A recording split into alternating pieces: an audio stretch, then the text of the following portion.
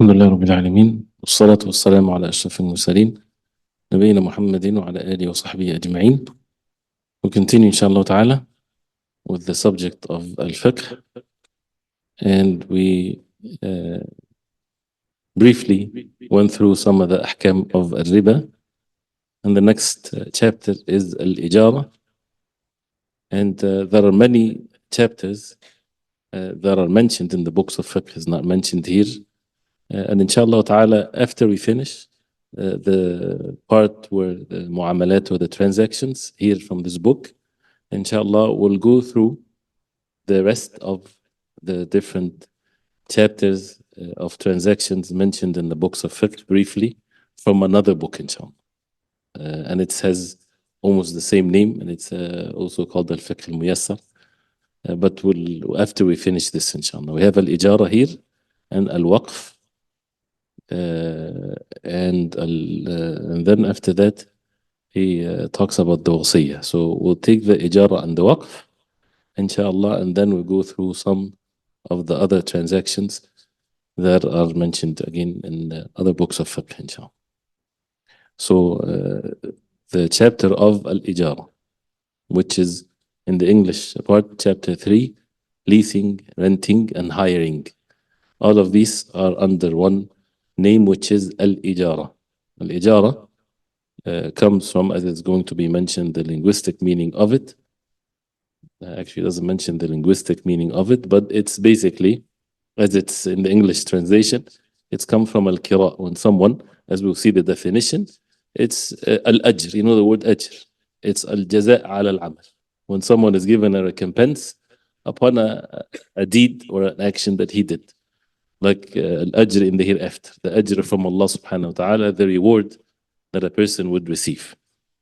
And of course, this is stated in the Quran and in the Sunnah of the Prophet alayhi salatu wasalam, as far as the transaction is concerned between the human beings one to the other, as the story of Musa alayhi salam, when he made the deal with his father-in-law, when it comes to the mahr, that he would work for him. على أن تأجرني ثمانية حجج.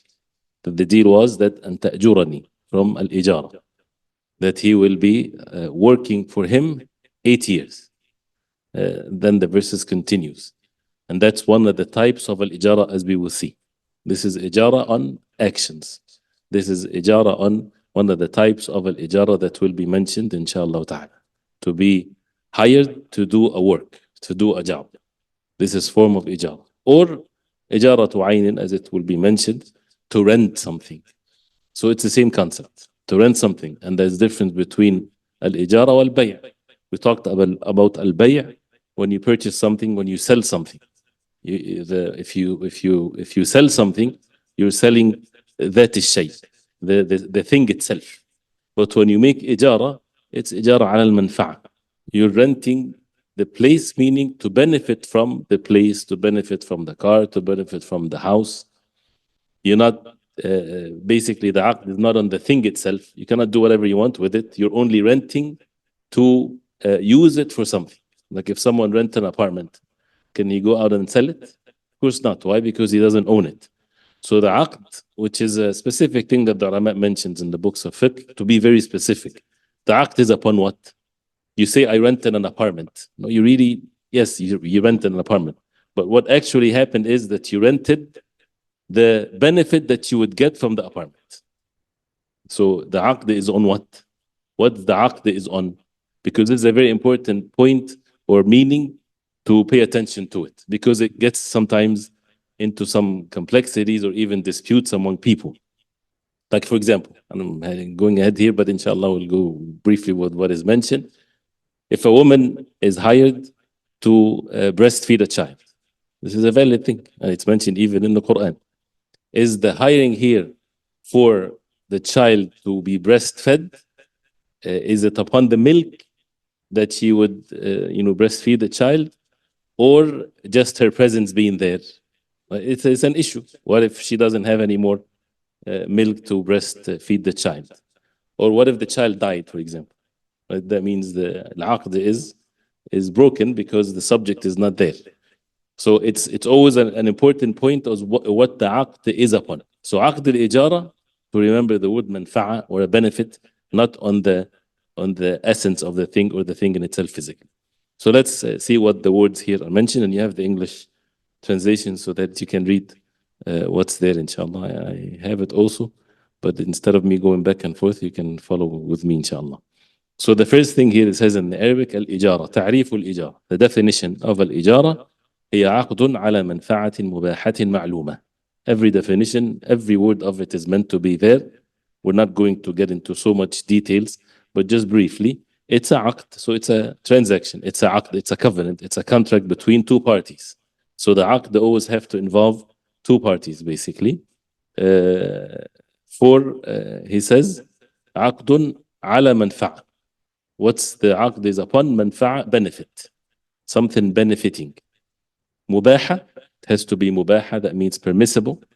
So that takes away the haram. If people they rent a place to commit haram, that's not permissible. Or a person is hired to do something haram, that's not permissible. So it has to be مباحة, permissible, according to the shart. معلومة, that means it's known, which is one of the conditions of it. And the meaning of known is that it's to be specific and not to be with uncertainty. So can you rent, when you rent something, you rent an apartment, for example, you rent it for forever? No, it has to be with a specific time. You rented an apartment for a year, the contract is for a year, or for a month, or you rent a room for a couple of days. And it has to be also معلومة, that means the price is known. If someone is hired to work with a عقد of إجارة, has to be known how much that person is going to make. What's the salary of that person? Based on what? Is it based on his time? Your time is mine. These are things will be mentioned, but it's briefly, inshallah.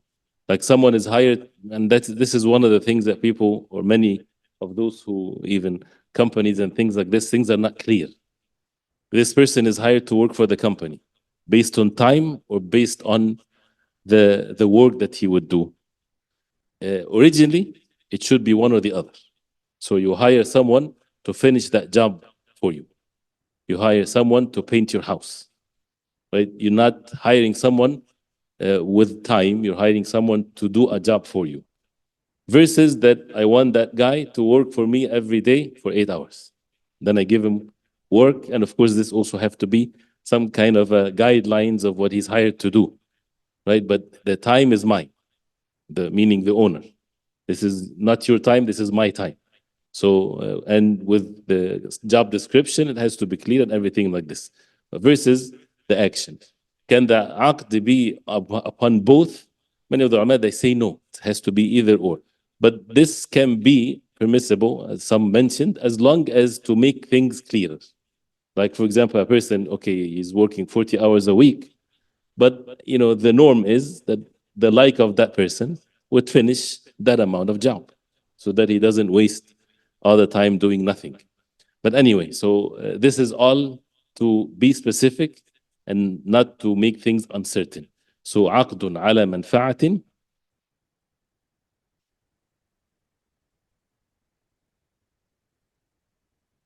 عقد على منفعة.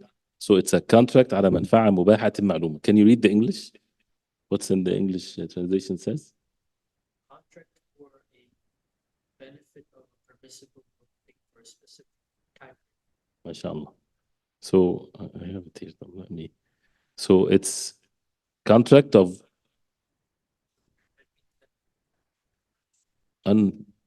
use of a permissive. Oh yeah, I don't know what that word is. What is that word? Use of fruct. Oh, maybe some. Okay, so permissible. No, so something that is manfa'. Maybe this is a more precise word in the terminology of things. Allahu a'lam. So of a permissible known thing for a specific time period and anything that is specific. So as we said, as a rule for any transaction, you cannot have jahala, you cannot have gharar. And jahala is unknowing things. Things are not known. And al-gharar is when something is hidden, something is deceiving. This is all forbidden, whether it's selling, whether it's lease, whether it's rent. So everything has to be clear. Then the next point, he says, حكمها. What's the حكم? What's the ruling of al-ijara? Is it fard? Or what is it exactly? Or haram or makruh? جائزة. It's permissible. It's permissible to make ijara. It's nothing wrong with that. And as we said with the mu'amalat, everything is permissible unless proven otherwise. وهي عقد. This is an important here. عقد لازم من الطرفين. The عقد here, the contract is لازم. لازم, that means what? What's لازم? That means it's binding. Yes. So it's a binding contract. Once it's there, it's binding for both sides. Binding, that means you cannot walk out of it after it's done. So if a person rented an apartment, unless someone broke something in the contract, or unless there is a condition that you can break the contract of whatever from one side or the other. But if it's open like this, then we get to know the rules of al-ijara. It's a binding contract between two parties, different than a contract that is not binding. For example, if you tell someone, if you sell my car, I'll give you that much money. It's called ju'ala. That means he's working for some sarah, for a percentage, something like this, right? So it's not aqdun lazim. That means if he doesn't do anything, there's nothing, right? So there's no binding contract between both of you unless he sells it. But with al-ijara, this is aqdun lazim. Once you rented something, then it's binding for both parties. And this is basically what the meaning of aqdun lazim. And this has also details in the transactions. What types of uqud, what types of transactions is lazim, binding versus what it's not binding. So it's permissible. حكمة مشروعيتها, as always when it's mentioned with the transactions, the wisdom behind it, الإجارة فيها تبادل المنافع, exchanging benefits. Someone wants money versus someone wants to benefit from whatever you own. بعضهم بعضا فهم يحتاجون أرباب الحرف.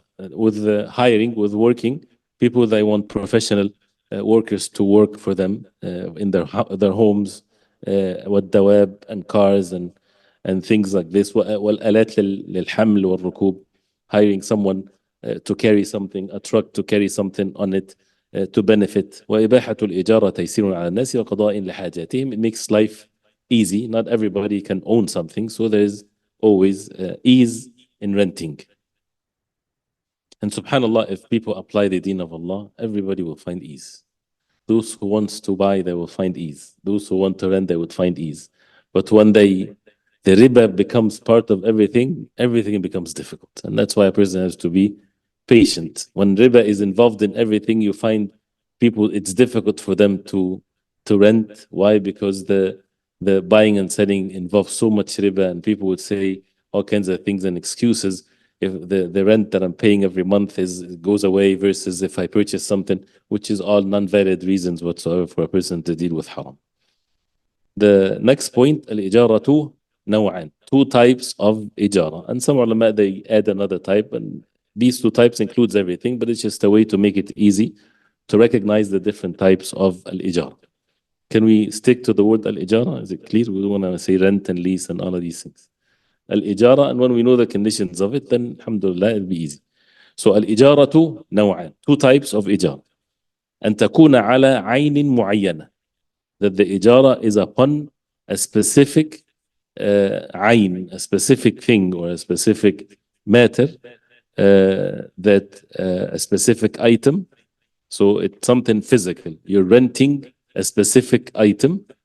على عين معينة كأجرتك هذه الدار أو السيارة. Like I give you this for rent, this house or this car. تكون على عين معينة. So this is the first type. There's a sub, if it's correct to say, but it's not mentioned here, but it parts of that.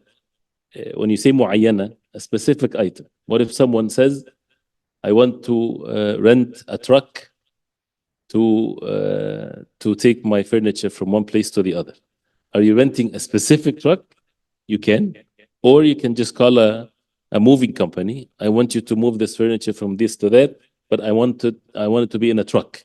This truck is a box, whatever there is. Then they get you whatever truck, and that's fine. You did not rent a specific car with the license and everything like this, versus that you go rent the car itself. So this also is part of this, as long as everything is clear and known. أن تكون على عين معينة. So you're renting an object or an item. The second type, أن تكون على عمل. The إجارة is upon عمل, which is action. You're renting someone. Of course, you say I'm hiring someone, right? But in reality, what is it? You're leasing that person to do some work for you. So it's the same concept as the rent. كأن يستأجر شخصا. يستأجر شخصا. This is like when you say hiring someone, but you see it's the same word. So it's إجارة for the person. لبناء جدار, to build a wall for you. أو حرث أرض لبناء جدار أو حرث أرض, to tile a land for you and the like of this. You know, and there is differences between إجارة and something else, like al-muzara'a, which we didn't take it. Whether you are having a partnership with someone, you have the land and he'll work on the land, and then the profit or the harvesting, you can share it with one another. This is not ijara. Ijara is that he has nothing to do with the crops. You're just hiring the person to work with specific instructions. Then whatever comes as a result of the crops or harvesting, it's all for you. He doesn't take anything from it. Versus that, let's make a partnership. So, and that's why there's difference between what we said, mudaraba versus hiring. You're hiring, and that's why also if you're hired to do a work, it's completely different than being a partner in a work. And from that also we would understand the nature of contracts, why in principle, not that it's permissible, in principle, if you work for a company, the work of the company is halal and your work is halal. So you're working for car manufacturing and you're an engineer there. That's fine. There's nothing wrong with it. Whether the company is dealing with riba, issue bonds, things, take loans, it's none of your business. There's nothing haram in you because you're ajir, you're musta'jar. Your contract is aqd ijara. Right? Your aqd is ijara. You're hired. You've been rented to do a specific job, specific time, and that's it. So when it's halal, the company's work has to be halal so that you don't aid or help them to do something haram, and your work is halal. Because you might be working in a company like this, but you're serving wine to the workers, something like this. So your work is halal and the company's work is halal. But that's completely different than buying stocks for this company. What's the nature of the contract? And that's why the most important thing, one of the most important things in mu'amalat, is that you have to define the contract. Why there is aqd, ijara, bi' and all of this. If we can get from all of this, at least we understand what is every aqd in the deen of Islam. So that you would take it, since there's endless ways for people to make contracts, you need to, as someone that has the knowledge of it, that you look at this contract. What is this, comes under what category? Is this ijara? Or this is buying and selling? Or this is hiwala? What is it? So you see that this is now what? When you buy stocks, that means what? You're a partner. You have a share in the company, even if it's 0.0001%.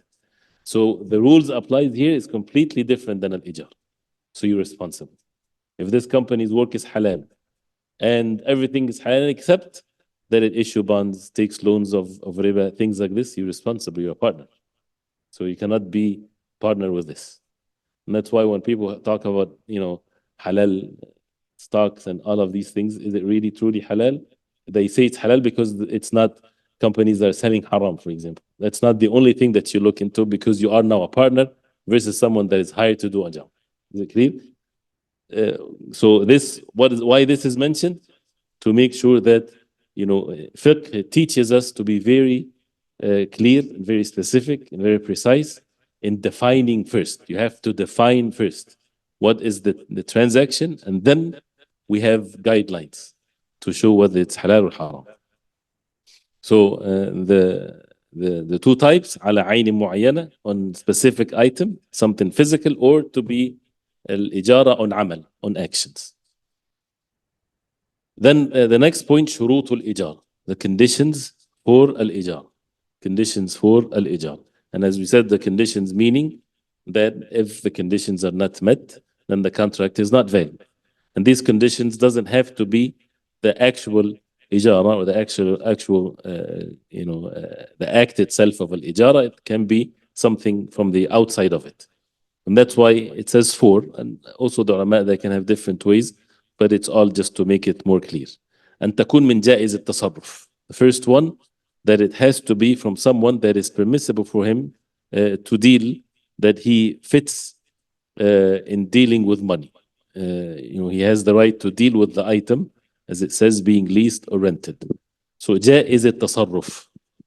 التصرف is to deal with something. جائز, permissible for you to rent. If you're the one that is going to give something for rent, you cannot be the neighbor, for example, unless he's given you the right.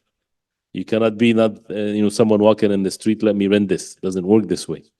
The same thing when it comes to a person's age. Can a child rent? Is he fit to deal with things? And there's a debate in this. If he's mumayyiz, yes, he can, with the permission of his guardian, for example. So you can, if it's, of course, this is not legal, but again, this is the point of jaiz al-tasarruf, who is fit to deal with money the same way as jaiz al-tasarruf in buying and selling. So you have to either act on behalf of someone, or hired to act on behalf of someone, or you're the owner, and things like this. Number two, معرفة المنفعة. So now we have a condition, or even you can put it as one of the pillars of al-ijara, is that the one or the two parties, there is the mustajir, or the one that is renting, and al-muajjir, the one that rents. They both have to be fit to do the transaction, with all what that means. Number two, معرفة المنفعة. To know the manfa'. You're renting for what? Renting what? You're making ijara for what? So what is the benefit that you're renting here? And something that is maybe not mentioned yet, it doesn't matter whether they call it ijara or they call it bay' even. The words does not make any difference or no significance to it. What matters is the meaning. Like if someone says, بعتك داري لمدة شهر. The word بعتك, I sell my apartment for you for a month. Is it selling? Of course, you cannot sell something for a month. But if he means by this is that he's renting the place, right? So the point here is that you have to know what's the benefit that you are getting in renting. كسكنى دار.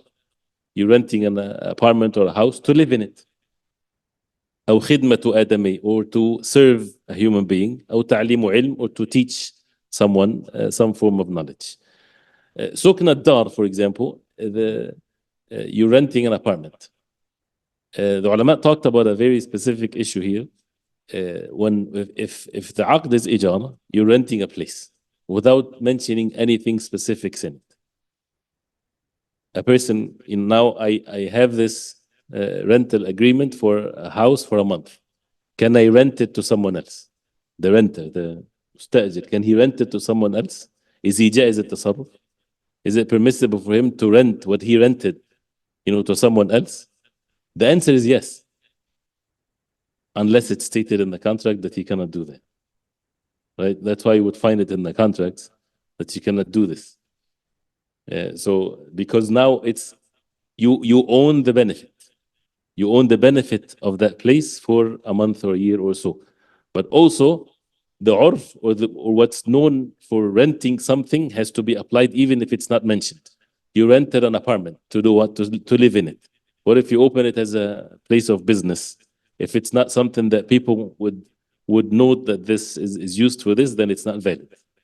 So if it's known that this is only residential, it's not for business, it doesn't have to be mentioned in the contract, but it should, since people can do all kinds of things. So that's why you would find people adding things in their contracts. So, and that's why Adar is made for this. But if a person uses it for something else, or someone would rent something and use it for what it's not made for, this is basically what it is. It's not permissible. So knowing the benefit. كسكنى دار, living in a place. أو خدمة آدمي, to serve someone, whether it's to work for someone, or to serve someone, or to clean a house, or whatever there is. And all the specifics can be mentioned, no problem. Whether again it's time or action. أو تعليم علم, teaching. in general. So knowing the manfa'a, knowing what is the صيغة or the content of the manfa'a or the benefit. Number 3, معرفة الأجرة. To know the ujra. To know al-ujra is the price of al-ijara. It's all from the word al-ijara. So al-ujra is the price. So what is the ujra? ما الأجرة? What is the price of the rent? معرفة الأجرة. What if people do not specify the number and the contract is done with rent? Then the contract is valid, but then the ujra will be given according to what's the norm. And many times, especially or even here, if you rent, if you take a taxi and you don't know where you're going, right? So you don't know exactly how much you're gonna pay. That's fine. Can you see? I have to know first beforehand. No, it's okay. And then at the end, then you pay what the number comes up. Or even if you say, for example, you rented a limousine or something to take you from this spot to that spot. You can say you should know the price so that there's no dispute at the end. And that's something that is very important. How much you're going to charge me? I'm going to charge you this much. So the matter is clear. And it's whether it's every mile is this or at the end you're going to give me this, all of that. What if they don't? Back home, they have all kinds of ways. You stop at a taxi. I want to go to the airport. How much? Oh, come, we're not going to have dispute. Just come on in. Don't worry about it. For free. Things like this. We're for each other. We're brothers. Don't worry about this. But then at the end, he wants all of the money in your pocket, for example, right? And a big fight. Why? Because he wants something. We did not agree on the price. What happened if this is the case? Then you only pay what is known to be the norm, and then if it's a big dispute, that someone has to come and judge. So that's why معرفة الأجرة, to know exactly the price. Number 4, أن تكون المنفعة مباحة. The منفعة. So now we have the word منفعة means from النفع, which is benefit. So المنفعة has to be مباحة, permissible. كدار للسكن, a place to live. فلا تصح على نفع محرم. It is not permissible to rent something knowing that people would use it for something haram. كالزنا والعياذ بالله, adultery, والغناء, singing, وجعل داري كنيسة, someone to make his house as a church or something. أو لبيع خمر ونحو ذلك, or a store. You have a store you rent and the person is going to rent it to sell alcohol in it. It's not permissible. So, and this is an issue that people might have all kinds of things that they want to rent, especially the ones that are known. I mean, if you rent your apartment to someone, you don't know what they're going to do with it. But this is where it becomes complex. If you're living in a place where the norm of the people, they drink and they party and things like this. I mean, so what is the ruling here? Allah knows best. A person should ask the people of knowledge. But again, in principle, if you know that someone is going to rent a place, you know that he's going to commit clearly sins in it. Because everybody's sinful. A person would say everybody's sinful. No, you know that there are specific sins will be committed in that place. Then it's not permissible to rent a place for a person. And it's very clear with stores, for example. Someone wants to rent a store that you have to sell alcohol, to sell cigarettes, or to sell whatever. Then this is not permissible. So here, the last thing is that the manfa'a has to be permissible. So 4 things, that it has to be on a specific item. It has to be, it has to be from someone that is, number 1 is from someone that is fit to deal with the transaction, to do the transaction, knowing the manfa'a and knowing the ujra, knowing the price, and the manfa'a has to be permissible. And it's haram for it to be something haram. We'll take this mas'ala, inshallah, and we'll stop there. He says mas'ala, an example. In rakiba sayyara, we mentioned it right before we said this. In rakiba sayyara, if someone ride in a car, أو طائرة, or an airplane, أو سفينة, or ship. أو أعطى ثوبه قصارا أو خياطا, he gave his thobe, his garment, to someone to sew it for him, to shorten it, to fix it for him. أو استأجر حمالا, or he hired a حمال, someone to carry furniture for him or whatever, بلا عقد, without a contract. Can I hire you to do this job for me? Sure. Come on over, and he start working without عقد, without any of the conditions mentioned before. صح ذلك كله. All of that is valid بأجرة العادة. بأجرة العادة. العادة is well known, the norm of the people, things like this. لأن العرف الجاري بذلك وغيره يقوم مقام القول. العرف الجاري. The عرف is a huge subject in fiqh in general. العرف is what's known to the people, what's known in the locality that you're in, comes in the same category of القول. Exactly as the speech. So the urf here in America is different than the urf in India and Egypt. Right? So if you hire someone in another country to carry something for you, you give him what's equal to $1. Here might be $50. So you can say, well, overseas they do it with that much. Go overseas then. Things like this. So it has to be if there's no contract. So this is a mas'ala. And then after that, he's going to talk about the conditions of the thing that you rent, condition of the apartment or the house and things of that nature. So we'll stop here, inshallah, because of the time. We need to take the hadith, and then if you have any questions, we can do that, inshallah. Today's hadith is in the Bulugh al-Maram. We'll skip some of the hadith because some of it might have the same meaning or the same rulings. We might go back to it as long as someone is writing, inshallah, the numbers, because I give the hadith. So inshallah, hopefully once in a while you tell me. Okay, where's the hadith number? Last hadith was مسح على الخفين. We took hadith al-Mughira bin Shu'bah.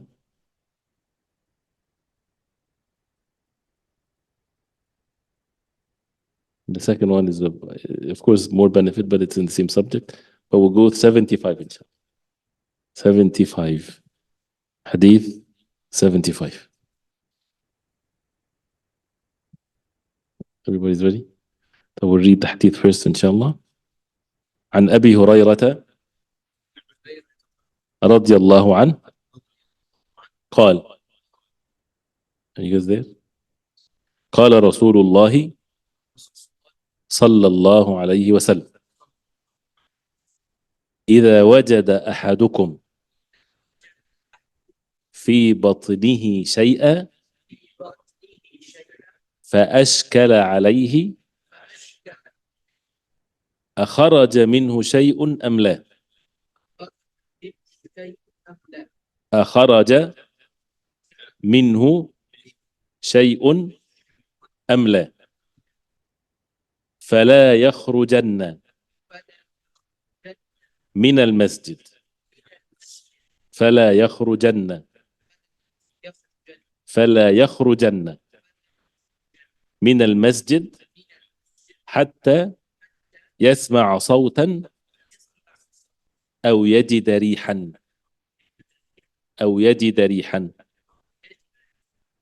أخرجه مسلم. So again عن أبي هريرة رضي الله عنه قال رسول الله صلى الله عليه وسلم إذا وجد أحدكم في بطنه شيئا فأشكل عليه أخرج منه شيء أم لا؟ فلا يخرجن من المسجد حتى يسمع صوتا أو يجد ريحا. So the hadith here, the Prophet ﷺ said, إذا وجد أحدكم. أحدكم means, we took that word before. أحد is one. أحدكم, one of you. So if one of you وجد, finds. So أنا say وجدت شيئا, I found something. So إذا وجد, and it's in the past tense, but it's basically says if one of you finds في بطنه, in his butn. Al-batn is the inside of a person. not just the stomach, but basically the inside, the guts of inside of the person. And we know that everything has a button, whether it's even the lower part of it. But for the human being, if you find in your button, in your stomach, in your inside, shay'an, something. If one of you finds something, what do you mean by find something? That means you find $100 inside? No, it refers here that you find something, and subhanAllah, the adab and the manners of the language and how eloquently is mentioned. Maybe someone can find the translation of the hadith.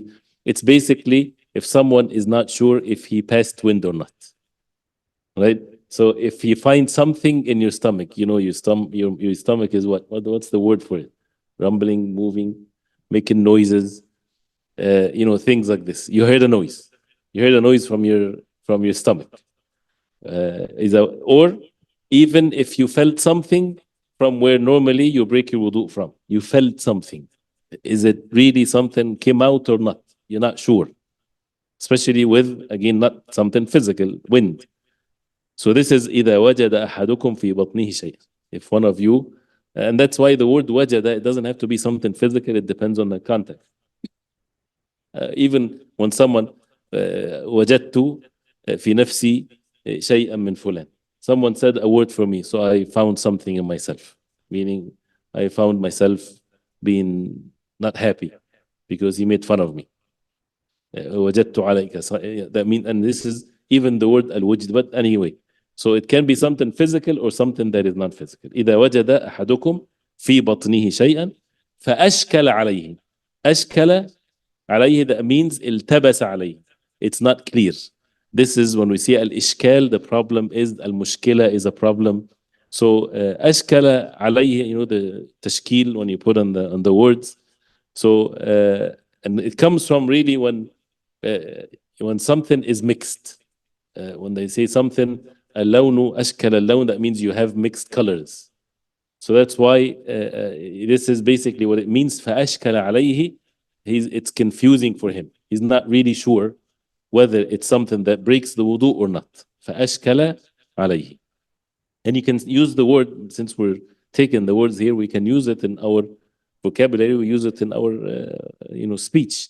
You say أشكل علي أشكلت علي هذه المسألة. You don't understand a mas'ala in the fiqh, the mas'ala that we just talked about. You say أشكلت, because the mas'ala is mu'annath, is feminine. You say أشكلت علي هذه المسألة. I'm confused, I'm not really clear to me what is the meaning of this. أشكل علي كذا. Something is not clear to me, is mixed for me, that means I'm not able to understand it.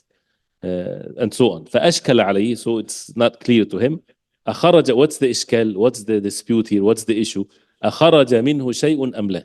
خرج, and the hamza here is the questioning. Is something, شيء, خرج, came out from him or no? Right? أشكل عليه أخرج منه شيء أم لا? Is something came out from him or no? Then this is the mas'ala now. You find something in your stomach or you feel something, you're not sure. If you're sure, if you're certain, of course we know the ruling. You broke your wudu, you go make wudu. But here is أشكل عليه. You're not clear.